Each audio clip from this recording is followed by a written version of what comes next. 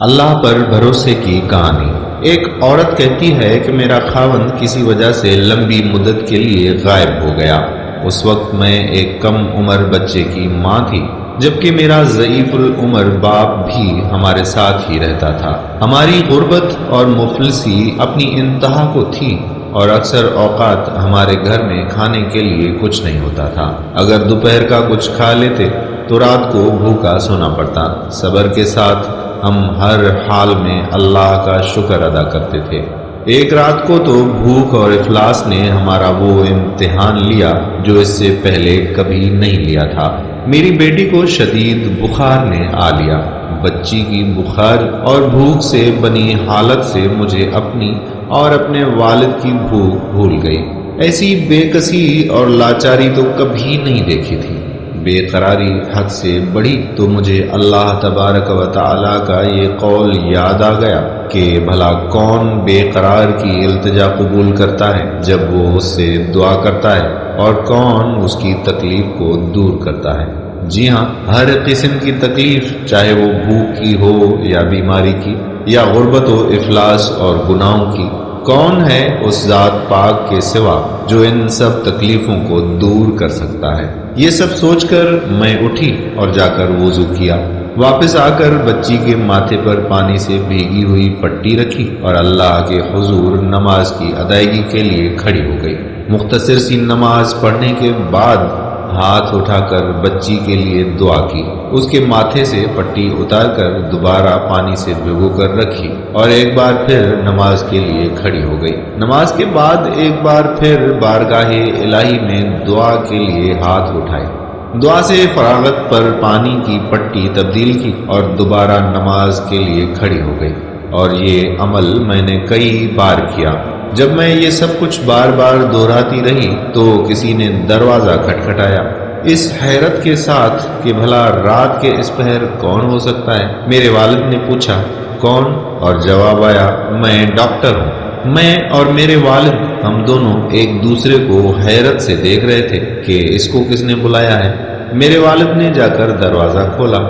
Doctor نے آتے ہی پوچھا کہ مریضہ کدھر ہے، اور ہم نے سادگی سے بچی کی طرف اشارہ کر دیا۔ ڈاکٹر نے بچی کو چیک کیا، کاغذ پر ایک نسخہ لکھ کر میرے ہاتھ میں تھماتے ہوئے بولا کہ لائیے میری فیس دیجیے اور میں چلتا ہوں۔ میں نے آہستگی سے جواب دیا، ڈاکٹر صاحب، ہمارے پاس تو آپ کو دینے کے لیے فیس کے پیسے نہیں ہیں، بلکہ ہمارے پاس تو کچھ بھی نہیں ہے۔ میرا یہ جواب سنتے ہی ڈاکٹر جھلا اٹھا اور غصے سے تقریباً دھاڑتے ہوئے بولا کہ اگر فیس دینے کے لیے پیسے نہیں تھے تو مجھے آدھی رات کو فون کر کے کیوں بلایا تھا؟ کیوں مجھے اس طرح بے آرام کیا ہے تم لوگوں نے؟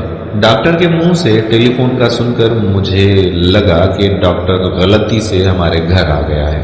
میں نے ہمت کرتے ہوئے جواب دیا کہ ڈاکٹر صاحب، ہم نے آپ کو ٹیلی فون کر کے نہیں بلایا، بلکہ ہمارے پاس تو ٹیلی فون ہے ہی نہیں۔ یہ سن کر ڈاکٹر نے مجھ سے پوچھا کہ اچھا تو کیا یہ فلاں شخص کا گھر نہیں ہے؟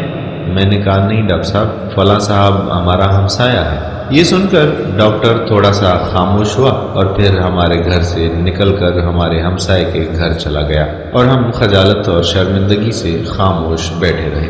تھوڑی دیر ہی گزری تھی کہ ڈاکٹر ایک بار پھر ہمارے گھر آیا، آنکھوں میں آنسو اور رندھی ہوئی آواز میں بولا کہ اللہ کی قسم تمہارے گھر سے اس وقت تک نہیں جاؤں گا جب تک تمہارا پورا قصہ نہیں سن لوں۔ اور میں نے ڈاکٹر کو اپنا پورا قصہ سنا ڈالا کہ کس طرح میں بچی کے ماتھے پر پانی کی پٹیاں رکھ رہی تھی اور اللہ کے حضور دعا بھی مانگ رہی تھی۔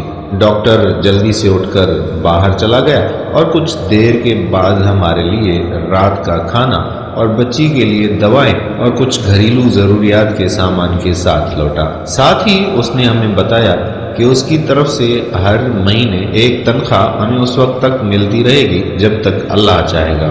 جی ہاں دوستو، یہ اللہ پر بھروسے کی کہانی ہے۔ صرف یاد دہانی کے لیے اللہ تبارک و تعالیٰ کی ذات پر اس سے بھی بڑے بھروسے کی کہانی سنیے کہ سیدنا موسیٰ علیہ السلام اپنے تعاقب میں آنے والے دشمنوں سے خوفزدہ جان بچاتے ہوئے اہل مدین کی طرف پہنچے۔